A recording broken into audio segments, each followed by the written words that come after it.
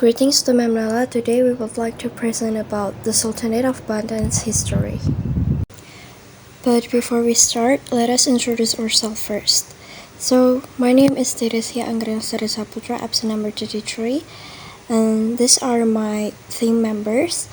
There are Bintang, absent 5, and then Gilbert, absent 19, Oscar, 25, and Shalom, 26. First, I would like to explain about the Sultanate of Banten map. For the red mark in there, it symbolizes the capital city of the Sultanate of Banten. And for the black dots here means the important settlement of the Sultanate. And for this orange marks, it shows the widest extent of the Sultanate of Banten. And the last one is the blue marks here, means the sea areas under the control of the Sultanate of Banten. Founder of the Sultanate of Banten. Banten Sultanate was a Bantenese Islamic trading kingdom founded in the 16th century and centered in Banten, a port city on the northwest coast of Java.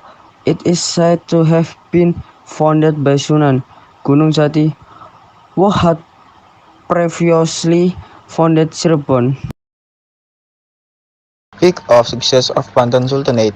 During the reign of Sultan Ageng Tirtayasa 1651 until 1683, Banten reached its peak of success.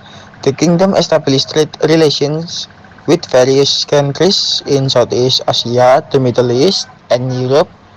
Banten also became a center for the spread of Islam in Java Island. Next, I will tell you about the social life. The government of the Sultanate of Banten was based on an absolute monarchy system, where the Sultan held the highest authority. The social life of the people in the Sultanate of Banten was also influenced by the Islam, which became the dominant religion in that region. Economy. The economy relies on trade to support its economy. The monopoly on the paper trade in Lampung placed the ruler of Banten at the same time as an intermediary trader, and the Sultanate of Banten developed. Culture. Its cultural life was very diverse. The Sundanese and Javanese languages were used, along with literary forms like poems and rhymes. Their architecture was magnificent, seen in their palaces and mosques. Traditional music, dance, and crafts were also important. Islam influenced their custom, social norms, and education. The decline of the Sultan of Banten and this factor. The downfall of the Sultan of Banten was driven by internal conflict, exacerbated by Dutch intervention through the defeat at Impera, defeat and rule policy between Sultan Haji and Sultan Ageng Tirtayasa. The Dutch persuaded Sultan Haji to collaboration with them to overthrow his father's authority in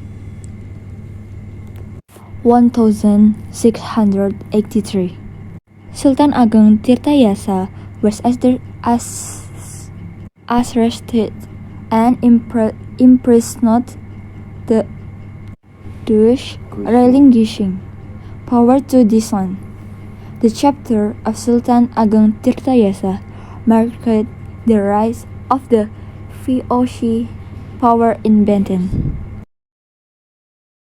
Although Sultan Abu Nashar Abdul Qahar, also known as Sultan Haji, was appointed as king, his appointment was accompanied by several conditions outlined in the Banten Agreement. Since then, the Sultanate of Banten no longer had sovereignty, and the people's suffering grew heavier. With these situations, the rule of Sultan Haji and subsequent sultans was marked by many riots, rebellions, and chaos in all fields. The people of Banten's resistance against the VOC continued until the early 19th century. To address this, in 1809, Governor-General Daendels abolished the Sultanate of Banten. Now I'm going to explain the historical artifacts from the Sultanate of Banten. Number 1. Surasawan Kraton. The Surasawan Kraton is a ruined palace where the Sultans of Banten resided. The palace was built in 1552. Number 2 is Great Mosque of Banten. A historic mosque in Old Banten, 10 kilometers north of Serang, Indonesia. The 16th century mosque was one of the few surviving remnants of what used to be the port city of Banten, the most prosperous trading center in the Indonesian archipelago after the fall of the Demak Sultanate in mid-16th century. So that's all about our presentation today. Thank you for your attention.